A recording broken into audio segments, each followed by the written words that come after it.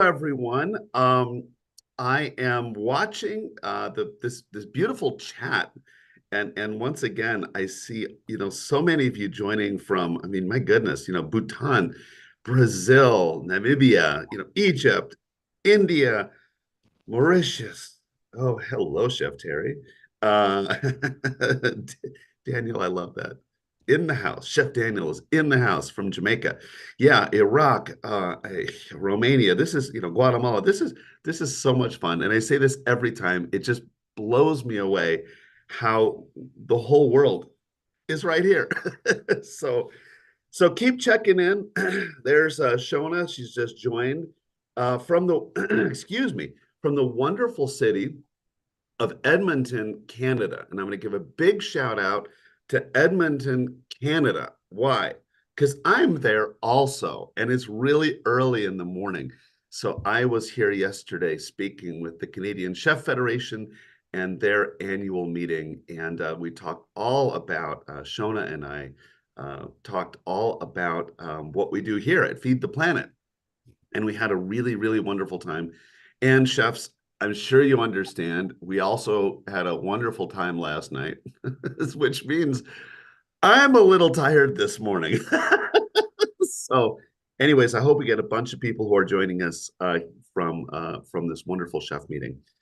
And I think we're gonna probably get started here. Maybe just give it a couple more minutes because we are gonna talk mushrooms, fungi. Oh, are we going to have an interesting discussion today? I mean, this is going to be very, very, very cool. So maybe with that, let's go ahead and kick it off. Hello and good morning to Bruno. Good morning, everybody, all over the world. It's wonderful to see.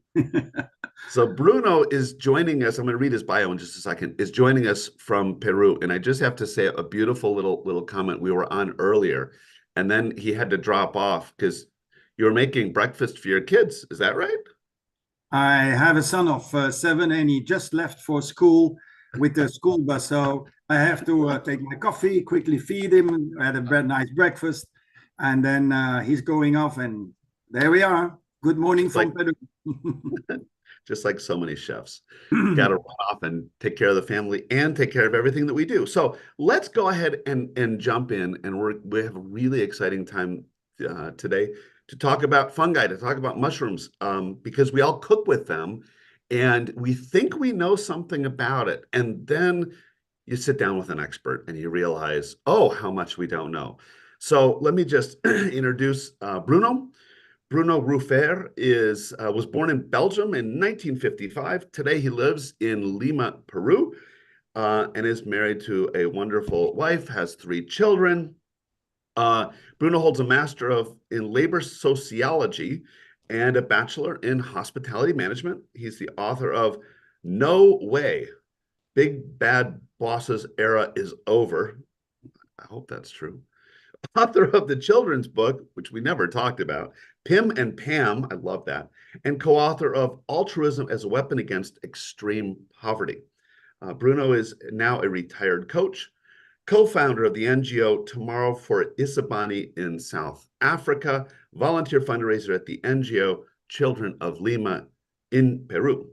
He's the co-founder of Fungi of the Planet, with over 6,000 members worldwide, and you might get some more members after today. He has a private lodge. Listen to this. Does this not sound cool to everybody? He has a private lodge in the jungle of Peru and runs a small Amazonian research center for mycelium and coffee plantage. Together with his close friend, Frank Foll, who we all know, of We're Smart World, he organizes culinary tours in Lima. So, Bruno, hello, welcome, and thank you for joining us. Thank you for having me in the Feed the Planet.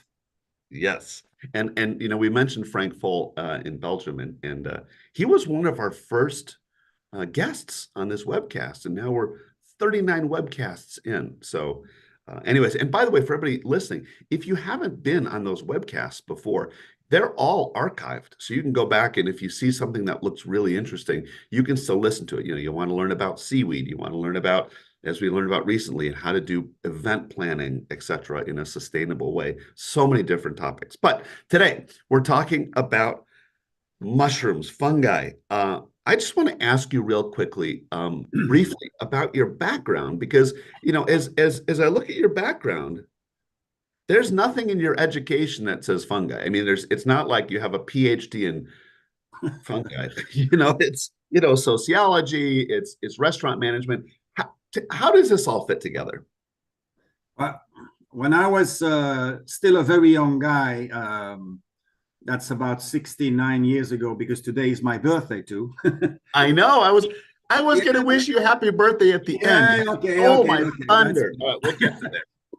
But in 1986, I received from my father my first book on mushrooms, which is still very old, and I still have it, and it has been used for a long time. But his signature is still there, and I received it, and it for me it was an opening of a world which I didn't knew like that. My father was a specialist in plants and flowers, and sometimes he takes me out in the woods in that period, and we not only found, of course, the flowers of the woods, but also the mushrooms. And then I met a woodkeeper in my life, and he introduced me really into this fantastic world of mushrooms, because it's a complete different world. I mean, the flowers, you can see them, you can see the mushrooms' heads, but you don't know what's happening under the soil. And that was for me so fascinating that I started in that period of going back to the woods, having my books, starting to collect old books, like my oldest one of the 1712. And it was for me a complete new world opening. And it's so important that we realize that the mushroom mycelium is part of our existing ecological system. If we don't have mycelium, if we don't have mushrooms, we would have a complete different nature. All right, we're gonna get to all those mushrooms in a bit. By the way, can you just show that book you showed me a little bit earlier? What, you want to see the old one? Yeah, This one. that's so that is the oldest book on mushrooms.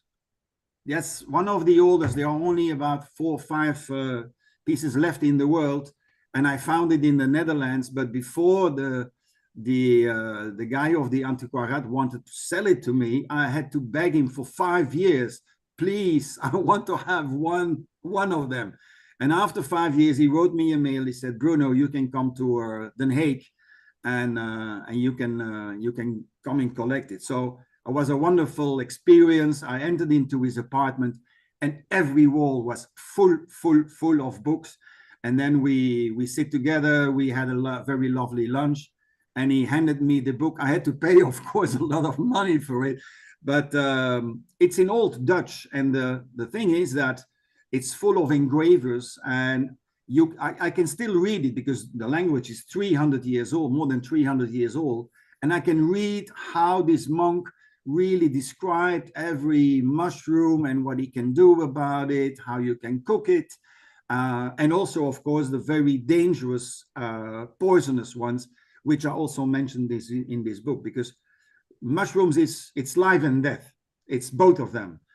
They give life and they kill. So it's a very very strange world, but fascinating. Very, very interesting. Okay, so and by the way, that book is from 1712, right? Yep. Amazing. Okay, so let's get into fungi. So you talked a little bit about sort of the importance of mushrooms for the ecosystems. And Right. this is a webcast all about sustainability, all about sort of understanding ecosystems and the health of ecosystems. So tell us, how do mushrooms kind of fit in? What's their role? Well, the thing is, we can talk also about Chernobyl in the past. What happened with in Chernobyl? Just to give an example of why it is so important. But we have to understand that when I say it's also about death, a lot of plants die, trees die, the leaves are falling in the winter or in the autumn, and all these changes that appears under soil, well, it is the mycelium which is taking everything, and they are, let's say, degenerating all these dead materials, and then you have the mushrooms coming up, and animals are eating the mushrooms, so they get also the regeneration of all these elements, of the chemical elements which are in the mushrooms, in the heads, of course. And so that means that mushrooms, or especially the mycelium, is taking out toxic materials. That's why, for example, when I talk about Chernobyl, they took out all the radioactive elements on the soil. And that was one of the reasons why in that period, for example, people in all Europe, they were asked not to eat the mushrooms because they have a lot of metals inside. And that is one of the typical elements of mushrooms. They have a lot of metals. They are very healthy in the consumption because, for example, for cholesterol, you know that mushrooms are very, very healthy in that way. So the ecosystem is really turning around the whole soil levels. And what is also very interesting, when you look at the DNA of mushrooms, we know that, for example, 1,000 kilometers one place from the other, you can have exactly the same DNA of one mushroom in another part of the country or on the other side. So that is so interesting to see how mushrooms can have an impact on life on one side, and on the other side on death, for example. And so I have the feeling that we sometimes don't understand that we just put a mushroom on a plate in a dish when we cook it, but it has a very important impact on nature, that's for sure. That is really, really fascinating. I'm trying to get my computer to be plugged in. Here we go. I'm in a hotel room. You know how that goes. Okay. So by the way, so what happens if we don't have mushrooms? Well, your whole ecosystem will be completely disorganized, because under the ground, the mycelium is the working material. It's like the kitchen of the ecosystem, and it produces, excuse me, the mushrooms are producing so many healthy elements that without the mushrooms, the ecosystem would be completely disorientated. That's for sure, and we know it. There are a lot of studies about that. As you told me in the beginning, with the fungi of the planet, which my co-founder Bella Chenoy in India, he's a professor and he's giving a lot of lectures about that. And you can really follow what is happening in the world. It's not only on the trees, it's not only in the houses, because fungi are also in the houses, on the walls, if there was too much humidity, for example, sorry. But it's part of the ecosystem. If you don't have mushrooms, especially the mycelium, which is under the ground, if you don't have it, the dead trees will not regenerate. The plants will not grow on a normal way. Animals will not have the nutrition of the mushrooms. And yeah, it would be, in my opinion, the ecosystem would be completely disorientated in the world, and we don't have everything what we need. So, and let's just imagine that you don't have mycelium, you don't have mushrooms. How would the kitchen be all over the world without these beautiful types of mushrooms? Yeah, unfortunate. Understanding, you need to know that we have more than 3 million different kinds of mushrooms that we know they are existing, but we only have determined about nearly 200,000 specific species out of all the families that we have. And only to know, for example, in Europe, we know we have 3,000 detected families. So the mushrooms, les champignons de Paris, like we know them, it's only one of the beautiful different mushrooms we can eat. And one of the most important, of course, is the Caesar's ammonite, which was be used by the Caesars in Rome. And then you have his counterpart, because that was live, that's the Caesar's ammonite. But that one is the deadly one, is the green amanita. And that was used by the witches, of course, in the woods to make some poisonous liquids to kill people. So it's live and dead. It's wonderful to see. I love that. So let's focus on the life part. And Yes. we're gonna get to the to kind of some culinary mushroom questions here in a second. But I want to go back to the health attributes, because I've heard about mushrooms being healthy and sometimes, but so I guess my question for you is, are mushrooms universally healthy, or are there some varieties that are more important from a sort of human health standpoint?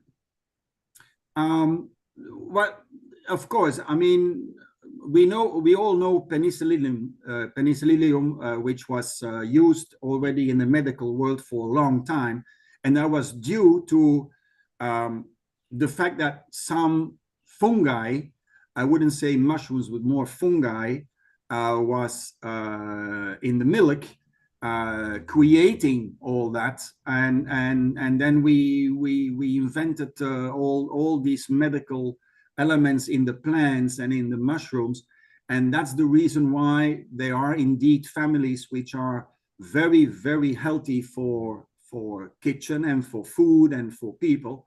And we also know that if you eat mushrooms, your cholesterol is going down anyway, just as one element.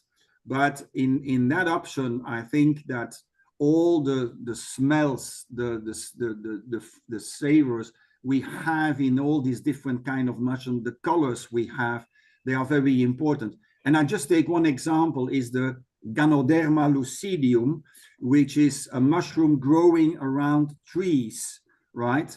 And that is used for thousands of years already in the Chinese medical world. If you go to China, you will find pharmacies specialized only in mushrooms, dried, in powder, in liquids, which are used in the medical world. And that is fascinating to see. When I was in China, indeed, I was going to pharmacies specialized in mushrooms, and you don't know what you see. There are so many kinds of very healthy species all over. Interesting. Okay, so now let's go to this whole wild mushroom thing. Okay, because one of the big global trends in food, in fact, I saw it yesterday here at the Canadian Chef Federation, was all about foraging. Going into the wild and finding this amazing diversity of plants and animals and et cetera, et cetera. Just maybe give us a few pointers on if people are interested in maybe foraging for mushrooms, because there's kind of two sides to that. So yeah, exactly, give us your advice on that, if you would. Yeah. I am an amateur mycologist. I'm not a professor and a PhD in that part. But my first advice is, if you don't know it, don't eat it. That's number one. If you take the green amanita and you would pull it, and just with your hands, and you take it and you would taste it, for example, well, in 3 days you're dead. There is no anti-poison against it. So we know it. And the first rule is, if you don't recognize it, don't take it. Secondly, my advice is always, and there is a discussion in the fungi world, I have a special knife for cutting off the mushrooms, which you can see. And like, for example, the truffle, you don't see it because, in fact, it's not a mushroom. It's a kind of disease on the basics on trees. And you don't see them, and that's why they use in the time they use in the Périgord the pigs, and now they use the dogs to cultivate it. But my advice remains: be careful by collecting mushrooms, and don't take them out, because if you take the whole mushroom out, you're taking also the mycelium out, And the mycelium is regenerating all the time because of the spores of the mushrooms falling down from the head on the soil again, and that is the whole system, of course. But for those who know mushrooms, go ahead. There are so many different kinds that have so many wonderful flavors, structures, textures, colors. That, I mean, last time I was in a restaurant and they served me a dish with mushrooms and rice, and I said, "Where are the mushrooms?" "Well, they are inside." I said, "But put them upside, because you have 5 different kinds you use, and we don't see them." I mean, serving a risotto with mushrooms and you don't see the mushrooms because they are not up. Well, that's a different kind of dish, of course. Or just like the wonderful truffles, the white ones and the dark ones, and all these different kinds of truffles. You have to see them and you have to smell them, because they are wonderful to use. So yeah, I would say in the woods, be careful. Take what you know, and if you don't know, have an advice from somebody who is really an expert before you do anything with it. Okay, that's really, really important advice. So again, there's a lot of people interested in foraging, and just please, please, please remember that and I know that in the world of mushrooms, because I've dabbled in this, there are these things called look-alike mushrooms that look Yes. like good ones, but they're not the good ones. And also, and then just to clarify for everyone, you refer to mycelium. That is Yes. the part of the mushroom that is underground. Is Right. that Yes. okay? Yeah. Excellent. Mycelium is the basic, which you don't see. You can it's if you're in the woods, for example, and you see lovely mushrooms that you want to collect, just take away the rotten leaves underneath with your fingers, and you can see the whole, let's say, the bed of the carpet in more white or a bit yellow or a bit blue, depending on type of mushrooms, but you Right. can see it. And that is the basic. So if you would take that away, then you have a problem.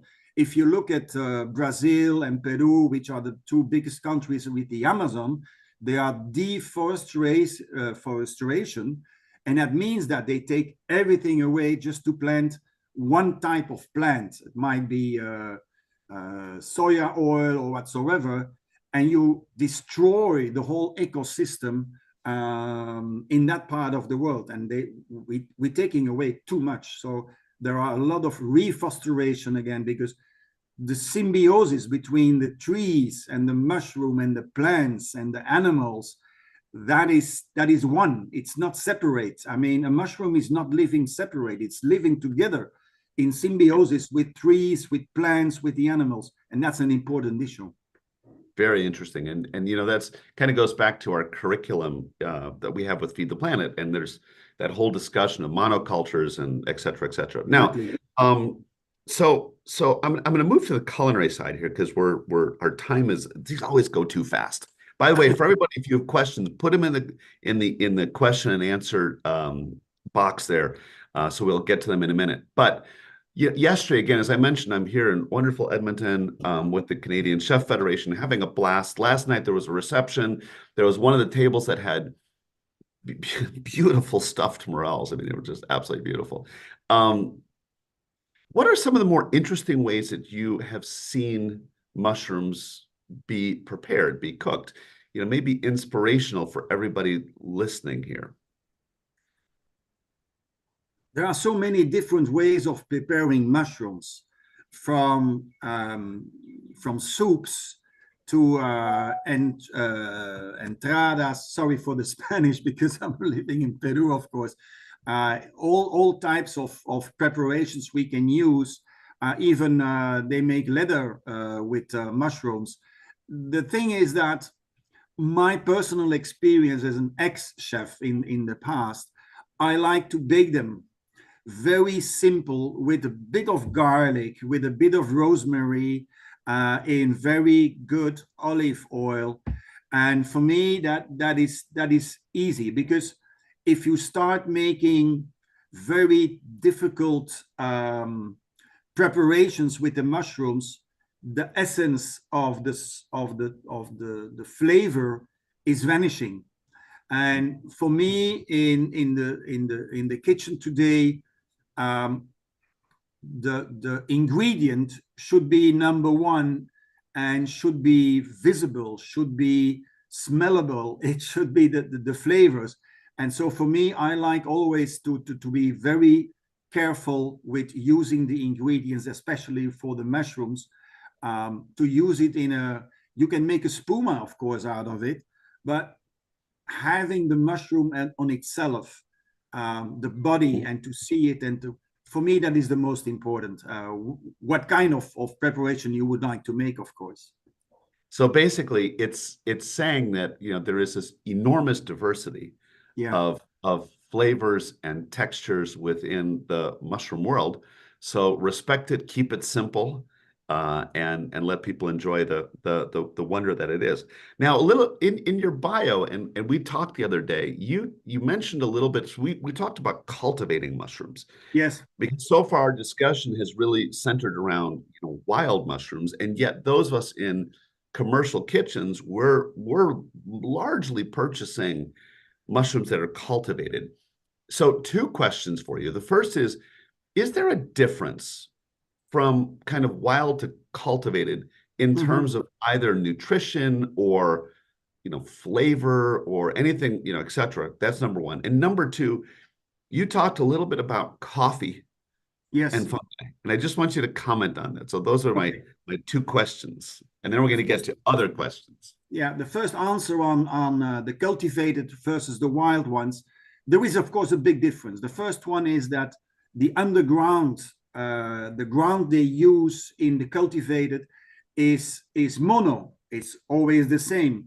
And I was last week, I was in a restaurant where they asked me to come and see. We're gonna buy new mushrooms, and they might be wild. And I smelled all the different pleurotus, and I said, no, they are cultivated. I can smell it because the smell is not the same. If you have a wild mushroom, you have the local soil, the local smells, and the local leaves and trees connection.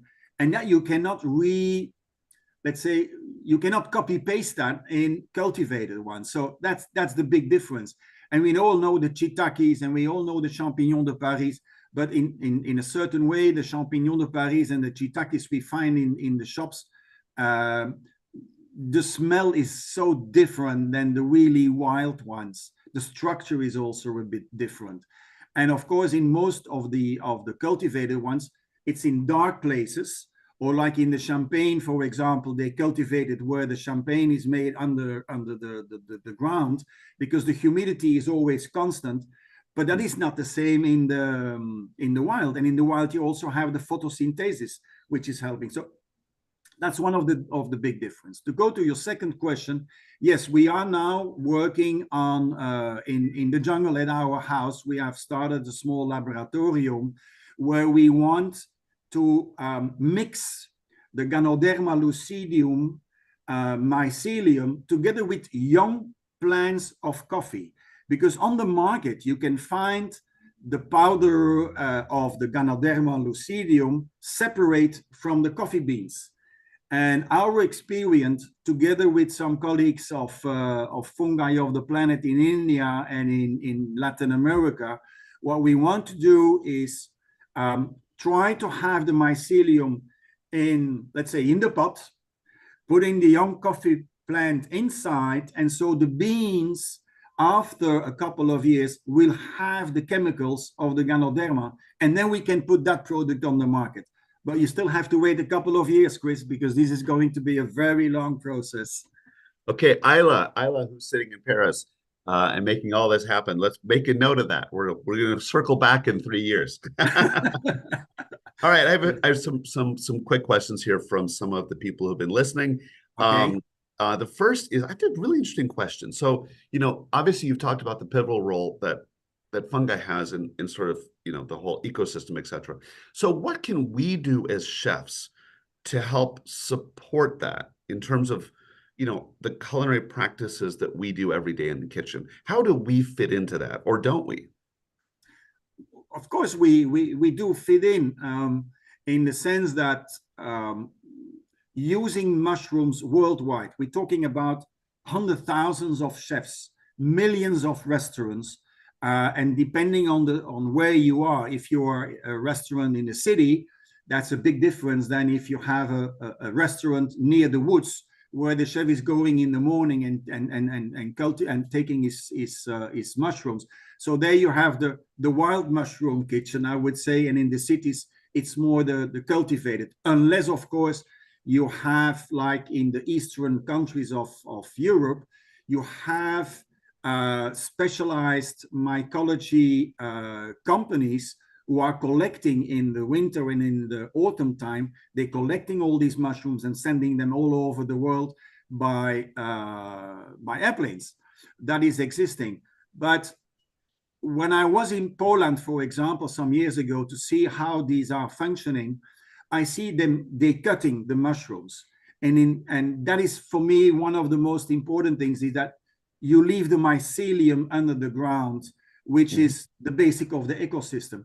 So my advice is to all the chefs, whether you use cultivated or you use wild mushrooms, please leave the mycelium where it is, because we need it for the whole ecosystem. So interesting. And I mean, it also sort of stands to reason, I think, that, you know, if we can use wild mushrooms, obviously that's a positive, not only because of, you know, taste, etc., but also that helps to support sort of that industry, if you will, and keep that going. I also love, by the way, this whole concept which you mentioned, and I've seen this at numerous different, you know, areas. But you know, I think that it would be really interesting to see more of and to support people who are going and doing the foraging for you. Because once again, you know, do I know every mushroom? Absolutely not. And I want to trust somebody who does. But yes, there was another question here, and we're just well, apologies to everyone. We're going to go over just a couple minutes here. Desserts. Have you seen mushrooms in desserts? we can make a sorbet out of mushrooms. Oh, that's cool. So All right. yes, absolutely. I mean, you can go all through the menu. As we all know, Frank, and he's telling us about. There is a song 50 ways to leave your lover, but there is also a song maybe of 50 ways how to prepare your vegetables and your ingredients. So I would say with Frank in our mind as our good friend, yes, you can use mushrooms in different styles, in different elements. Absolutely. I mean, it's a question of being creative and find out how I can make even a spuma at the end of a dish. I mean, we are making in some veggie restaurants, we are making already desserts with a sorbet of vegetables and a sorbet of a very nice Amazonian fruit. But why don't we add indeed a sauce made of mushrooms?